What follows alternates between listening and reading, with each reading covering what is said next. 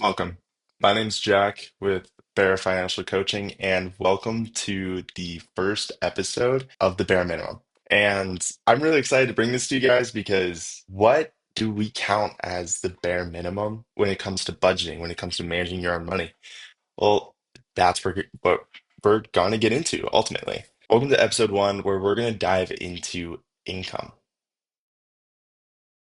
Okay, so the app I'm going to be using for this series, at least for the foreseeable future, is Rocket Money. And that's because there's free version and premium version, and you can basically do most of this with the free version. All right, so let's go ahead and start this off. This is a sample monthly income of 600. Well, let's go with 1,200 bucks a month. If you're a college student and you make a lot less, then just lower it, be more frugal, and we can dive into different parts at which you can spend less. And we'll get into it with the rest of the series. And as always, you can get in contact with me and we can do one-on-one coaching. If you are much lower, much higher, I'll help with that. So let's dive into it. Let's start that. We're going to be at $1,200. So first, let's say you are super simple, your salary. That's an easy number. Okay.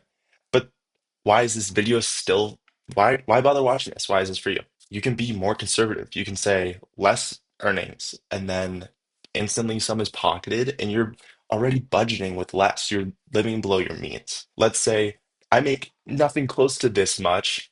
I can barely scrape by. Perfect. This can show you exactly how much you're going to have for the month. But okay, I'm a bartender that works once a week and could either make 300 in tips or $4 in tips. All right, let's be conservative.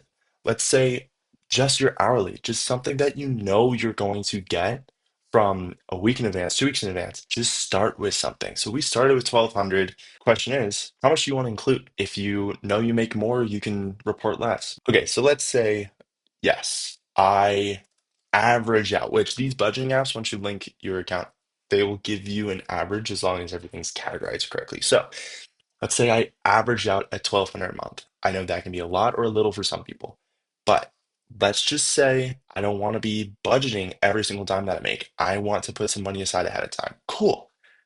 Let's budget with a smaller amount, okay? Your earnings doesn't have to be the exact dollar amount that comes in. Be conservative because if you get more money than this, it's a good thing.